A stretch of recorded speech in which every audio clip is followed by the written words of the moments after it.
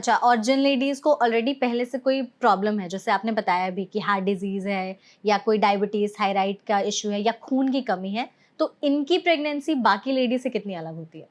और डिलीवरी में कैसे चेंजेस हो सकते देखिए, हैं? अगर किसी को खून की कमी है, तो वो अगेन अपनी डे टू डू एक्टिविटीज़ में इतना अच्छा नहीं कर पाएगी, उसको बहुत ज़्यादा ब्रेथलेसनेस होगी, जितनी एक नॉर्मल प्रेग्नेंट लेडी को नहीं होगी। डे टू डे एक्टिविटीज़ तो मैंने बताया, डिलीवरी के टाइम पे ज़्यादा डर रहेगा ब्लड लॉस का, तो हमें ये ध्यान रखना है कि हम मिनिमाइज़ करें ब्लड लॉस ड्यूरिंग डिलीवरी। और उसके अलावा अगर हार्ट डिज़ीज़ है, तो अगेन हार्ट पे प्रेगनेंसी के दौरान ही बहुत लोड पड़ रहा है, ऊपर से हार्ट डिज़ीज़ है तो लोड और ज़्यादा, तो हमें रूटीनली उनके इकोज़ जैसे हम कराते हैं या ईसीजी कराते हैं, या उनमें भी हम लेबर को कट शॉर्ट करते हैं। सिज़ेरियन करते हैं या सेकंड स्टेज जब आपको पुश करना है, जब हार्ट पे सबसे ज़्यादा लोड है, उसको हम कोशिश करते हैं वो शॉर्ट ड्यूरेशन हो, चाहे वैक्यूम की हेल्प से या किसी भी हेल्प से। सिमिलरली अगर डायबिटीज़ है, तो उसमें बच्चे का वेट बहुत ज़्यादा हो जाता है और मदर की डाइट को हमें बहुत कट डाउन करना पड़ता है इन टर्म्स ऑफ कार्बोहाइड्रेट्स। तो उसमें भी हमें टाइम से डिलीवरी करनी है, we can not extend till 40 weeks कुछ-कुछ कंडीशंस में। तो ये सब चीज़ें उनकी प्रेगनेंसीज़ को डेफिनिटली डिफरेंट बनाता है दैन रूटीन हेल्दी प्रेगनेंसी। अच्छा, मुझे अभी एक चीज़ याद आई कि डिलीवरी के टाइम पर मैंने ऐसा सुना है, मैंने देखा तो नहीं है, बट आई हैव हर्ड कि कई बार जब आप पुश कर रहे होते हो बेबी का, तो मदर का पूप भी निकल जाता है, तो hmm. Is it true? Yes, definitely हम पेशेंट को इनफैक्ट बोलते ही ऐसे हैं कि आप पॉटी कीजिए, ओके। बिकॉज़ जो प्रेशर आपको लगाना है, वो लगाना ही इस तरीके से है as if you have to poop. तो आप जब वो वाला प्रेशर लगाते हैं, तभी आप बेबी को एडिक्वेटली पुश कर पाते हैं, बिकॉज़ अदरवाइज़ तो आपको पता नहीं है कैसे पुश करना है। आप फर्स्ट टाइमर हो, अगर सेकंड टाइमर भी हो, तो भी जो आपका प्रेशर है, जो आपको बेबी को बाहर निकालने के लिए जो प्रेशर लगाना है, that is the same as you have to poop.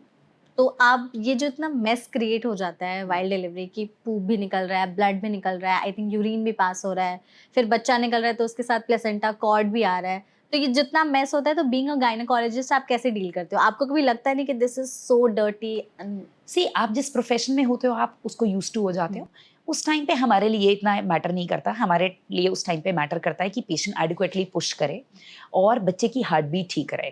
तो उस टाइम पे blood we are used to, poop while delivering we are used to, and urine हम एम्प्टी करा के पुश कराते हैं बिकॉज़ वो अदरवाइज़ रोकता है।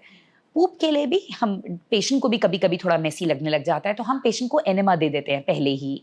दो it is not a protocol कि आपको देना ही है ज़रूरी, आप नहीं भी देंगे तो भी कुछ ऐसा नहीं है। But yes, just to create less of mess आप दे सकते हैं enema, but even after enema, poop is there. But we gynaecologist being used to, हम उस एरिया में ही काम करते हैं, तो हम यूज्ड टू होते हैं उस टाइम पे। हमारे लिए प्रायोरिटीज़ इज़ नॉट द पूप, हमारे लिए प्रायोरिटी है कि बेबी क्राई करता हुआ बाहर आ जाए। बाहर आ जाए। अच्छा, क्राई का भी रोल है ऐसा कि बच्चा अगर रो नहीं रहा है तो इसके बारे में? देखिए, एक भगवान ने ऐसा बनाया है कि जब बच्चा बाहर आएगा इमीडिएटली तो हुँ, वो क्राई करेगा, क्योंकि उसका टेम्परेचर चेंज हुआ और बेबी क्राई करके अपने लंग्स को एक्सपैंड करता है। तो क्राइंग इज़ अ साइन कि बच्चे के लंग्स में ऑक्सीजन चले गए। उसने ऑक्सीजन ले लिया और वो ऑक्सीजन अब पूरी बॉडी को मिल गया। नहीं क्राई कर रहा लेकिन बच्चा पिंक है, ब्रीथ कर रहा है तो भी ठीक है, लेकिन ज़्यादातर बच्चे क्राई करके ही ब्रीथ करते हैं पहला। तो अगर बच्चा क्राई करते हुए आ रहा है तो हम ऑब्स्टेट्रिशियन भी, मदर भी, सारे लोग ठीक रहते हैं कि बच्चा हेल्दी। अगर बच्चा क्राई नहीं करता तो फिर हमारे पास मेजर्स होते हैं जिससे कि बच्चे को ऑक्सीजन मिल जाए और कोई प्रॉब्लम नहीं है। अच्छा, और जब बच्चे को निकालते हैं तो मैंने ऐसे फ़िल्मों में ही देखा है यूजुअली कि उसको निकाल के उल्टा करते हैं एंड वो देन पैट वो करते हैं। नहीं करते आप, उल्टा नहीं किया जाता बच्चे को, ठीक है। That is an old practice. These days हम बच्चे को उल्टा नहीं करते, हम बच्चे को निकाल के बच्चे को मदर को दे देते हैं स्किन टू स्किन के लिए। जनरली बच्चा रो रहा होता है, तो हमें कुछ पैट-वैट करने की ज़रूरत नहीं है, लेकिन अगर बच्चा नहीं रोता तो स्टिमुलेट किया जाता है। तो patting is a kind of stimulation जो हम रबिंग करके, बैक की रब करके, हेड को ड्राई करके भी स्टिमुलस दे सकते हैं बच्चे को, या टोज़ पे कई बार हम टिक करके भी बच्चे को स्टिमुलस देते हैं। ओके, और जो फर्स्ट टाइम मदर होती हैं, जैसा आपने बताया भी कि इतना ज़्यादा मेस और डर्ट, आपको तो आदत है, लेकिन जो फर्स्ट टाइम मदर हैं, उन्हें आदत नहीं होती है, तो तो उनको उनके लिए थोड़ी कुछ एडवाइस? मदर्स को जनरली नहीं पता होता, तो वो होल्ड बैक कर रही होती हैं अपनी पूप को, they are not doing it, तब कि हम उन्हें बार-बार यही समझा रहे होते हैं कि आपको यही करना है। But they are so, because first timer है, तो वो इतनी एंग्ज़ियस हो जाती है कि नहीं, नहीं निकल रहा है, निकल रहा है। तो वी टेल देम कि this is part of the delivery, you don't have to think about it. इस टाइम पे you just have to think that you have to poop as hard as you can. So most of them are able to understand. Otherwise, we are there to help her out. And we tell them that this is part and parcel of vaginal delivery. ऐसा होता ही है। इसमें आपको कुछ ashamed feel करने की या abnormal feel करने की ज़रूरत ज़रूरत नहीं है। नहीं है। डॉक्टर, एक और यहाँ पर बात करते हैं प्री मैच्योर डिलीवरी के बारे में। हुँ। अक्सर हो जाता है कि डिलीवरी पहले ही हो जाती है या कई बार डिलीवरी बहुत लेट भी होती है। ऐसा क्यों होता है और इस टाइम पर लेडीज क्या अपने में चेंजेस लाए और किस बात का ध्यान रखें? देखिए, कुछ कंडीशंस हैं जिसमें प्रीटर्म डिलीवरी या तो हो जाती है या करनी पड़ती है। हो जाती है ज़्यादातर वजाइनल इन्फेक्शन हुआ, यूरिन इन्फेक्शन हुआ, वाटर ब्रेक हो गया 7th मंथ में, 8th मंथ में, या सपोज़ आईवीएफ प्रेगनेंसी थी, यूट्रस ने होल्ड नहीं किया ठीक से। तो मल्टीपल रीज़न्स हो सकते हैं जिसकी वजह से प्रीटर्म डिलीवरी हो जाती है। एक बार प्रीटर्म डिलीवरी हो जाती है तो अगली बार भी चांसेस डेफिनिटली उसके ज़्यादा रहते हैं। तो हम ज़्यादा केयरफुल हो जाते हैं। पहली बार में तो आपको पता नहीं होता कि हो जाएगी, अनलेस अंटिल कोई ऑब्वियस रीज़न्स हों। और जो लेट डिलीवरी होती है, अगर कोई पेशेंट अपना रूटीन फॉलोअप्स पे आ रही है तो जनरली डिलीवरी लेट नहीं होती। वी डू नॉट लेट कि हम उसको उसकी डेट को क्रॉस करने के 1 हफ्ते 2 हफ्ते तक बैठे रहें। इंडिया में जनरली ये प्रोटोकॉल नहीं फॉलो किया जाता। जो आपको डेट दी जाती है डिलीवरी की, उससे आप 1-2 दिन तो वेट कर सकते हो, बट नॉट बियॉन्ड। ओके। तो आपने जैसे कहा ना कि उस टाइम पे यूरिन इन्फेक्शन और वजाइनल इन्फेक्शन का खतरा ज़्यादा रहता है या हो जाती है प्रॉब्लम, इससे बचने के लिए क्या करें? अगर आप एडिक्वेट वाटर इनटेक रखेंगे और हेल्दी प्रैक्टिसेस भी हाइजीन मेंटेन करेंगे तो यूरिन इन्फेक्शन और वजाइनल इन्फेक्शन कम होगा। और अगर आपको होता है तो आपको अपने डॉक्टर को बताना है, उसको निग्लेक्ट नहीं करना, क्योंकि यूरिन इन्फेक्शन बहुत कॉमन रीज़न है प्रीटर्म डिलीवरी का, वजाइनल इन्फेक्शन बहुत कॉमन रीज़न है प्रीटर्म डिलीवरी का। तो अज्यूम करने की बजाय चीज़ें, talk to your doctor so that they can tell you कि इफ दिस इज बॉदरसम और नॉट। अच्छा, एक और चीज़ यहाँ पे मुझे याद आई कि जब भी हम बात करते हैं डिलीवरी के पहले की, तो कई बार प्रेगनेंसी के दौरान वजाइनल हेयर, प्यूबिक हेयर को लेकर के भी लेडीज़ बहुत ज़्यादा परेशान रहती हैं। तो उन्हें हेयर्स हटाने चाहिए, रखने चाहिए या क्या है? देखिए, वो हेयर के लिए जब तक वो कर सकते हैं, बिकॉज बाद में बेली के बाद तो they can not do it themselves. Waxing के लिए हम जनरली मना करते हैं, but if they can trim themselves well and good, they can. If they can not, we say it is okay, you can take the help, otherwise you may not do it, because whenever जब lady hospitalise होती है तो as a protocol part preparation और cleaning में वो अपने आप किया जाता है बाय दी सपोर्ट ग्रुप। और क्या-क्या चीज़ें की जाती हैं जब कोई लेडी एडमिट होती है हॉस्पिटल में डिलीवरी के लिए, तो उसके बारे में? जब डिलीवरी के लिए एडमिट होते हैं तो जनरली हम कहते हैं कि you should not be wearing ornaments और नेल पॉलिश, क्योंकि हमें ऑक्सीजन लेवल्स देखने होते हैं।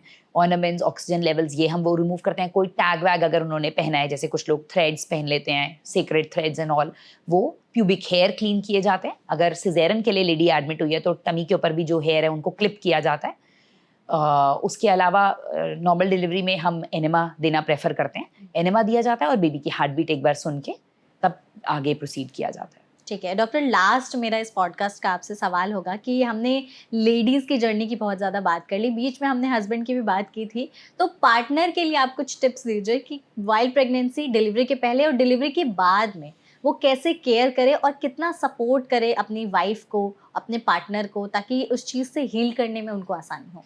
देखिए, पार्टनर का बहुत ही मेजर रोल है during pregnancy, before pregnancy and after delivery also. During pregnancy it is important कि पार्टनर एकम्पनी करे अपनी वाइफ को as a parent. Both of them are about to get become parents, तो वो विजिट में आए और मदर के जो चैलेंजेस हैं उनके बारे में उन पे ध्यान दे, मदर की डाइट पे इक्वली पार्टिसिपेट करें। अगर मदर को एक्सरसाइज के लिए बोला गया है तो वो भी साथ में योगा करे या वॉक पे जाए, वॉक में लेके जाए, अपनी वाइफ को मोटिवेट करे एक्सरसाइज के लिए। बहुत ज़्यादा advices from husbands are not appreciated और from anybody is not appreciated. तो rather than just giving advices, try to follow the same protocol which a lady is following. जैसा लेडी को करना है, डाइट में अपने ऐसे चेंजेस करे जो, सपोज अगर हम हेल्दी प्रोटीन डाइट के लिए मदर को बोल रहे हैं, तो जो फादर है, जो हस्बैंड है, वो भी अगर ऐसी ही डाइट फॉलो करेगा तो उससे लेडी डेफिनेटली मोटिवेट होगी। उसकी प्रॉब्लम्स को अंडरस्टैंड करें। अगर उसको स्लीपिंग डिफिकल्टी है तो he should also be awake with her, make her understand, walk with her. इन सब चीज़ों से वो हेल्प कर सकते हैं। दूसरी चीज़, डिलीवरी के दौरान येस उसको मोटिवेट करें। If she is going for vaginal delivery, if she is going for caesarean section, again motivate करें कि I am there with you. Delivery के बाद rather than joining back the office, getting back to work as a normal life, वो नहीं करें। उस time पे lady को सबसे ज़्यादा हस्बैंड की ज़रूरत है। तो बेबी को की स्लीप साइकिल में वो भी हेल्प करें, फीडिंग में हेल्प करें, अगेन विजिट्स में हेल्प करें। तो उससे लेडी का जो कॉन्फिडेंस है और जो कॉन्शियस है वो थोड़ी बेटर रहती है। पोस्टमार्टम डिप्रेशन कम होते हैं। तो हस्बैंड का रोल हर टाइम पे है, बहुत ही इंपॉर्टेंट रोल।